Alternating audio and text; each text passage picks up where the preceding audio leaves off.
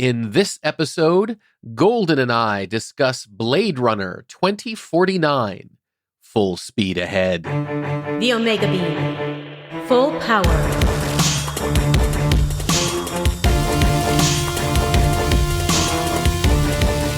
Welcome to the Omega Beam number 101. I'm your host, Oren Merton. I hope everyone is healthy and well.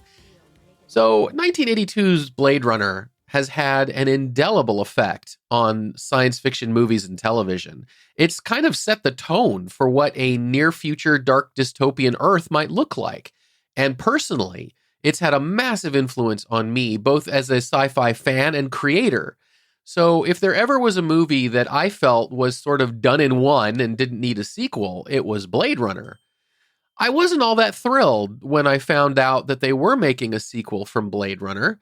And I was a little worried, honestly, that it might just be a cash grab or sort of cheapen what the first one was able to achieve. But it's been a couple years, and Golden and I finally sat down and watched the movie, and we wanted to talk about it with you. So we don't have a ton of spoilers here because we know other people like us have been holding out. So if you haven't seen it, you're good to go. And let's get going. I am here with Golden to talk about Blade Runner 2049. It's been out for a while. Yeah, since 2017. Yeah, and I have to admit, I was very resistant to seeing this movie. You were resistant? I know. I've been asking you for years? Maybe close to a year? Yeah, at least. Oh, I think soon after we actually met, right, I mentioned, I haven't seen that movie, and I know you like the original Blade Runner. And that's why I was so resistant, because the movie, the original 1982 Blade Runner, is almost a sacred text for me. I've actually seen every theatrical version there was, the original theatrical version, the work print cut, which I believe only showed in Los Angeles and New York City. And then when it was re-released for the 10-year anniversary with some of the tweaks that Ridley Scott had wanted to do, I also saw that in the theaters. And then finally there was the 4-disc 4K set that came out for the 25th anniversary, I think in 2007. And that included, I believe it's called the Final Cut. And that was all of Ridley Scott's tweaks, the movie that he really had wanted to make from the beginning without studio interference and with the budget and everything else. And then the other thing that we kind of discovered upon starting to watch it was that apparently, and I just didn't even think about it before, that a lot of places that are selling the DVD that is 4K with the digital copy, right? The digital copy is not in 4K. Right, which is, it's just, I'm a little bit of a purist when it comes to that. I know it's silly, but I am. Right. Otherwise, it started out beautifully. I felt like it still has the overall feel of what the original Blade Runner had. Mm-hmm. That just the entire feel of the movie was still on par with that. Mm-hmm.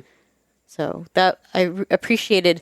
And there were times that I even turned to you and said, I'm pretty sure this is part of the original music. Yeah, the soundtrack was particularly good in that it was both original and it echoed back to Vangelis's original score, and the two credited composers, Benjamin Wallfisch and Hans Zimmer. Hans Zimmer talks in the special feature about how when analog synthesizers like the old ones Vangelis would have used at the time, when those went out of fashion, he picked them up for a song just because he liked them back in the day. He had no idea he'd ever be doing this kind of a soundtrack that used those same instruments, but it was just a purchase because he loved those things. So the little serendipity there. Yeah, I would agree with you, and I would say that it was better than I thought it would be. Not that I thought it would be bad. People that I knew who'd seen it had enjoyed it, but because the original was so influential in the look and feel of science fiction movies for decades, because the story captured that sort of sci-fi noir feeling so perfectly, I just didn't expect this to come anywhere near it. And like you said, it got the atmosphere, it got the tone right. And a decision that they made was, rather than to make the movie a sort of 30 years from our 2019, because the movie was set in the far future of 2019, back in 1982.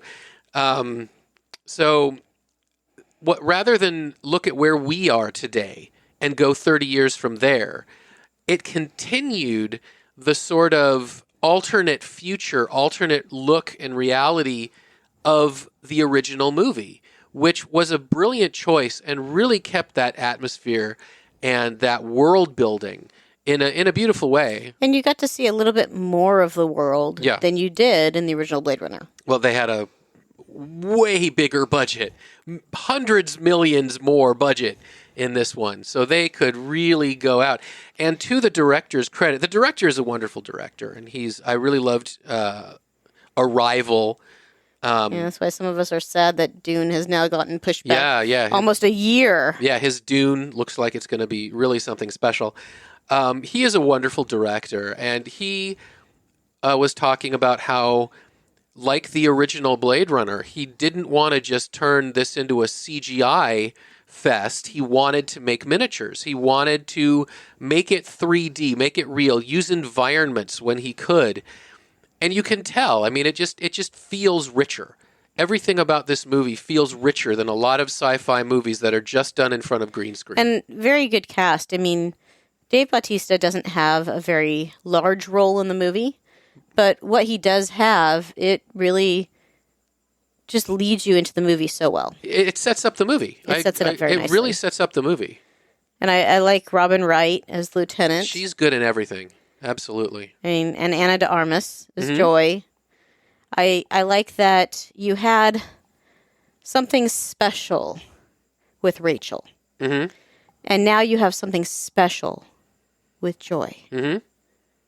And I like that there's that continuation of there's something just a little special here. Yeah, and I will also say, speaking of Rachel, when I heard that Harrison Ford was coming back for this movie, when they were first announcing that it was going to be made, again, I was just really dubious, like, oh no, this is just going to be a cash grab, and they're just bringing him in to tie it to the original.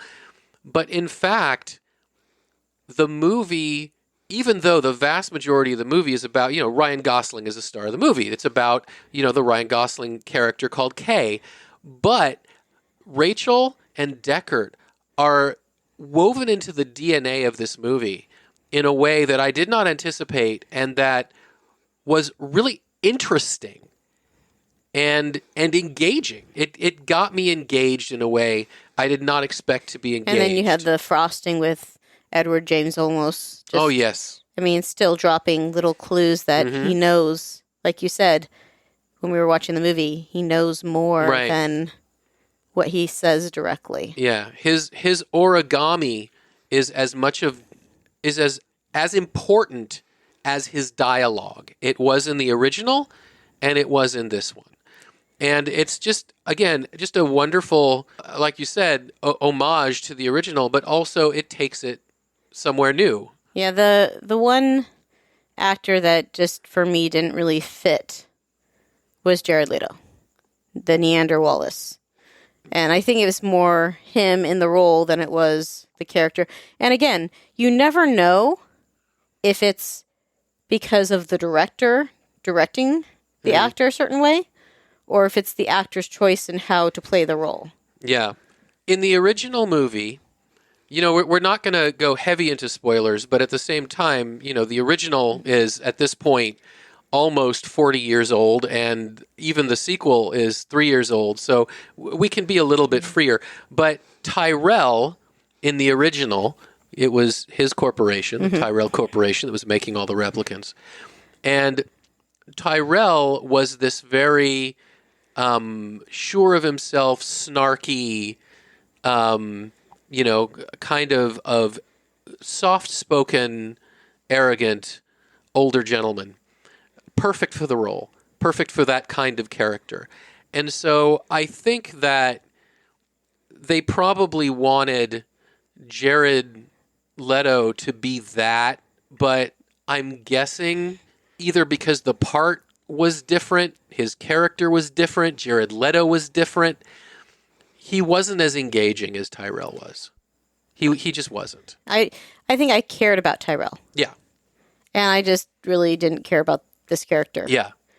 And it was like almost any time he came on the scene, it was just like, okay, what else is happening in the scene? I'm gonna watch that part instead. Yeah. Yeah. And Gorgeous, and art design and for me, I feel like it's probably the casting of Jared Leto in the role, because oftentimes I'm not always a fan of him in his movies. that certainly And makes a difference. there's certain.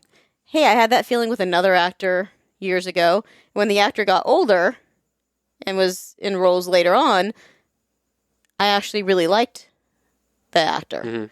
And maybe the same thing will be with Jared Leto. Just right now, it was, for me, it wasn't the easiest thing to appreciate in the movie. No, I completely understand that. And to kind of cut Jared Leto a little slack and say maybe it was the script, one of the things about Tyrell was that he was philosophical, but he was also very direct. He told you exactly what he was thinking, and he didn't really kind of try and be, deep about it. He didn't need to. He knew who he was. He knew what he knew, and he would just tell you what he thought he needed to tell you and be done with it. Whereas the Jared Leto character was very specifically trying to talk in flowery verse, and I think they were trying to capture. He's more full of himself. Yeah, and it didn't work. It just didn't. It didn't add everything that most of the other characters, both the script and the acting, it added. It worked.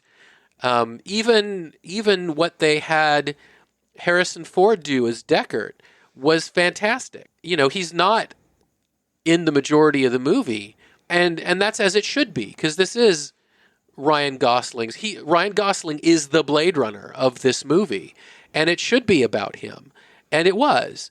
And when they did bring the Deckard character in, I think everything he did was meaningful, it was excellent, it was well written, well acted, well directed. And it was still Deckard. It was still Deckard, and I wouldn't necessarily say that about the Jared Leto character. The director has said, I'm almost avoiding saying his name because I know I'll get the last name wrong. Denis Villeneuve. Is that how you pronounce it? I'm trying to get the French kind of right, but my apologies. No, I think it's Denis Villeneuve. Okay. Well, Villeneuve. My apologies to everyone who speaks fluent French. He's French-Canadian. But he has said repeatedly that Blade Runner was his Bible and that he loved it and he wanted to play in that world. And he did very, very well. He was able to capture the tone. He was able to capture the look. He was able to capture the kind of characters and the story of how things progressed 30 years on looked believable. I mean, you thought this is really a direction. It's the same world. Yeah, the world could have taken. Now, this is the one, I guess criticism is a good word, but it's not even so much a criticism of the movie. Part of it is also just how I felt about the first movie. That the first movie was so influential and seminal, it literally made the mold. It broke a lot of what previously had been science fiction and sort of remade, especially dystopian near-future sci-fi, in its own image. And it really brought something brand new to the table in a profound way. Whereas Blade Runner 2049 was a much better movie, an enjoyable movie, but it didn't... Longer, too. It was much longer. It didn't bring something brand new to the table. I think in some ways it did. I think like the Joy character and how replicants are now integrated. There's that. I specifically but also, I mean, I think for me, the first Blade Runner movie did leave it open, and I wanted to know what happened next. Mm-hmm. And I feel like this movie told me what happened next and closed it neatly.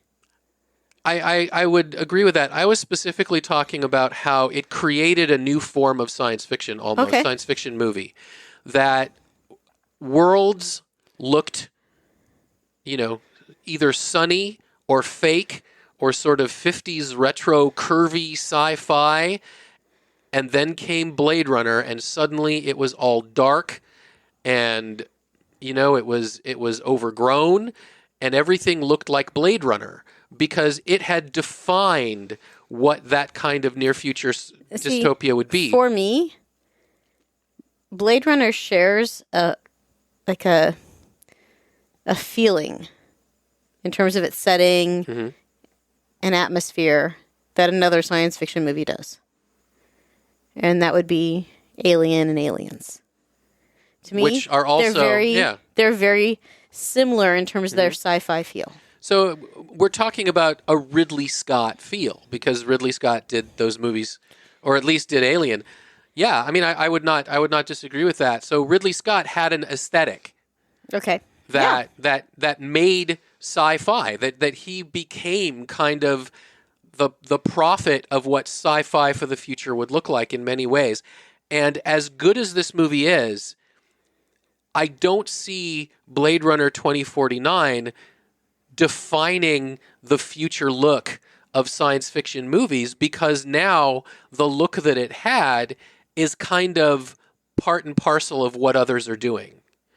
So that's the thing that I think made the original Blade Runner so influential that will not make Blade Runner 2049 influential in the same way. Because it's a continuation. Yeah. And I mean, I can't think of any franchise where the first and the second movie both sort of blew the doors off an industry. Now, James Cameron likes to say that Avatars 2, 3, 4, and 5, I believe now he's doing 4 of them at once or something. But I believe he has said that just like Avatar 1 kind of created the motion capture movie the way that it did, so will his future movies blow the doors off the industry in a certain way. But we haven't seen those movies, so that's yet to be seen. But I do think that part of it is because CG is so good these days. I think it's difficult to create something out of whole cloth like they did back in the day. And if you've read about the original Blade Runner, you know all the compromises that they took. They had to use like smoky glass to, film through smoky glass to get some of the effects going. And now, of course, you just do it all in the computer. But I think having to innovate like that is part of what made it so influential.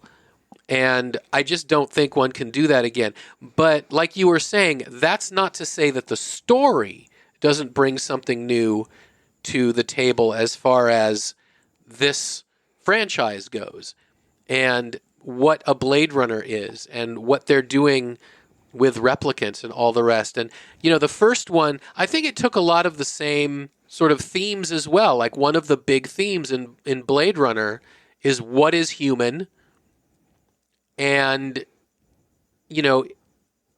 what is slavery, basically under another name. And this one picks those themes up as well. I mean, if anything, it's sort of brainwashed a little bit more. Oh, that's really neat. I'm looking on IMDb, and they have like 500 pictures. Mm-hmm. And one of them shows the progression from the still of Lauren Peta in Blade Runner, in this new one, and then the transformation that they took to make her look more like Sean Young, since it's supposed to be Rachel. So yeah, Rachel shows up in the movie. We didn't mention that. Well, there's a couple things where they go back to the original. Mm-hmm. There's an interesting photo or picture on here also of Ryan Gosling's character Kay in the car, and over like where his brain would be is the reflection of Joy from outside of the car. Yeah. But I mean, in terms of the actual filming and of the movie, when you first meet the character Joy and you see her changing outfits constantly, you see all these different aspects of her, is done really neatly. And you don't really know a lot about her character until like halfway through the movie, Right. what she's actually supposed to be, Right. or why she came into existence. And I think that's interesting. I think it's interesting that Mackenzie Davis likes to be an android, or at least partially. I was going to say, in Terminator Dark Fate, she plays an augmented human. Yeah, still. But fairly cyborgy. Yeah. She's good at it. She does a good job. So She's very compelling in this movie as well. We'd already talked about how the acting is really good, but Ryan Gosling is always known as a very consistently good actor, and he's the thing about replicants is that they're from the first movie, they're not emotional in the way that humans are emotional, because they're sort of created, they're not born, they don't have an entire lifetime to develop emotions. And Ryan Gosling does a very good job of playing emotions in a being that doesn't have the kind of emotional maturity that a live human has. And he does a wonderful job with it. And I think that's what happens with like the character of Joy. Mm-hmm. Is it seems like she's gone beyond her programming. Right. She's evolved beyond AI. And I think both of us, so we're more familiar with Ana de Armas from Knives Out. Right. That's where our main introduction. So it was kind of neat to see her in this other movie. Yeah. And I could consider her a major character in the movie. Yeah, she was. So. Yeah, so I would definitely say, for those of you like me who find the original Blade Runner almost sacred text and were hesitating, you don't need to. It's a good movie. For those of you who have not seen the original Blade Runner, I don't think you need to see the original Blade Runner to understand this movie, but it gives it a depth. Yeah, and I would definitely say watch the original before you watch this one. I would tell everybody to watch the original just because it's that good, but that's me. But yeah, so for those of you who are wondering how you do a sequel 30 years after, don't want to give too much of the plot away, because part of the movie is just how fun it is to watch it unfold. But Kay is a Blade Runner, and he is a replicant. And he's basically a replicant who hunts down errant replicants. But the difference between the replicants now versus the replicants before is the replicants now, they listen and they obey. Yes. And the plot is, towards the beginning of the movie, he finds some kind of hidden secret. And he is basically being asked to track it down, and there's different elements. There's the Jared Leto character who's interested. There's the police who are interested. Wallace is not interested in the secret getting out there. Right. So it's basically a detective. The original was a noir detective story. This is also a noir detective story, and they do intertwine in interesting and very well written ways, I think. So if you like noir detective sci-fi, that alone is a reason to watch, well, both movies, but this one as well. So that is what you're in for. It does take its time to leisurely decompress the storytelling. So did the original, but the original was under 2 hours, and this one is nearly 3. So 2 hours, 44 minutes. Yeah, so this one is definitely a longer film.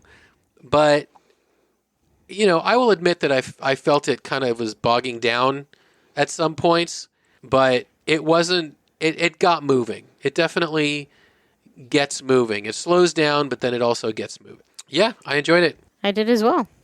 Well, thank you, Golden. You're welcome. And that's it for this episode. You can find the show notes at theomegabeam.com/101. If you like this episode, please leave a review in wherever you listen to podcasts. It's those reviews that help other people who like this stuff find our podcast. If you have any comments or suggestions, please drop us a line at info@theomegabeam.com. Be good to yourselves and each other, and we'll catch you next time. The Omega Beam. Full stop.